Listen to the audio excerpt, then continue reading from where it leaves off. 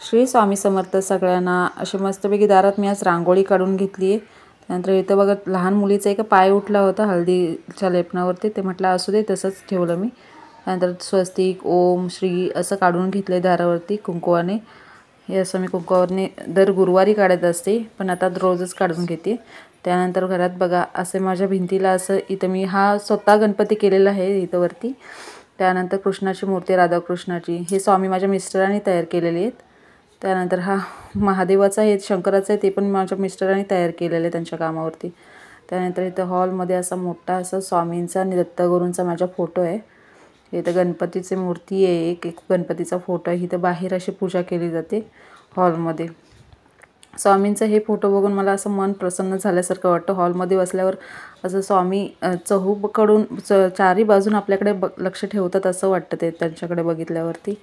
आणि इथं हे असं ना महालक्ष्मीचं असं मस्त असं रूप आहे। इथं हे कॅलेंडरवरचं आहे, पण ते खूप असं मला आवडतं। इथं ह्या महिन्याच्या कॅलेंडरवरती दिलेलं आहे ते असं खूप छान असं बघायला भेटतं, म्हणून मी तुम्हाला दाखवते किती छान ते लिहिलेलं आहे।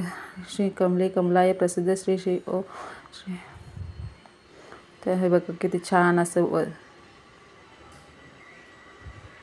आणि ही आहे आपली आजची पूजा। तर आज नवरात्रीचा 5वा दिवस आहे आणि देवीचा आजचा रंग आहे पांढरा। स्कंदमाता असं देवीचं रूप आहे याचं। हे तर अशी मस्त वेणी घातली आहे, त्याला गुलाबाचं वरती फूल लावलं आहे। ह्या हळदीने असं मलवट भरलं आहे, त्याच्यावर कुंकवाचं असं उठवलं आहे। त्यानंतर असं मस्तपैकी पांढऱ्या फुलांनीच सगळी सजावट करून घेतली होती आज देवाऱ्याची। ती माझ्या भाऊजाईने अशी ओटी भरून माझ्या देवीची ओटी भरली आहे तिने आणून। त्यानंतर इथे महालक्ष्मीची छोटी मूर्ती होती माझ्याकडे, तीही मी पूजेला लावली। प्रसादी काहीही ठेवा, केळी ठेवा किंवा कुठले फ्रूट्स ठेवा।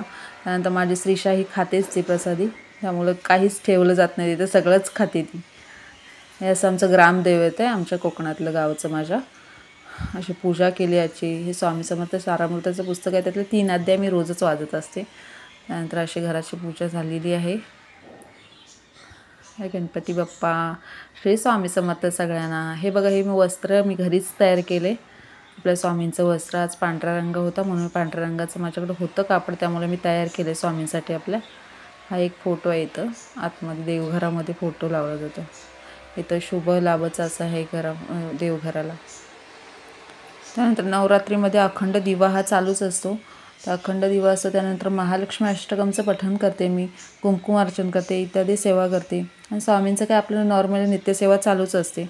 व्हिडिओ आवडले असते तर लाईक करा। बाय बाय सगळ्यांना।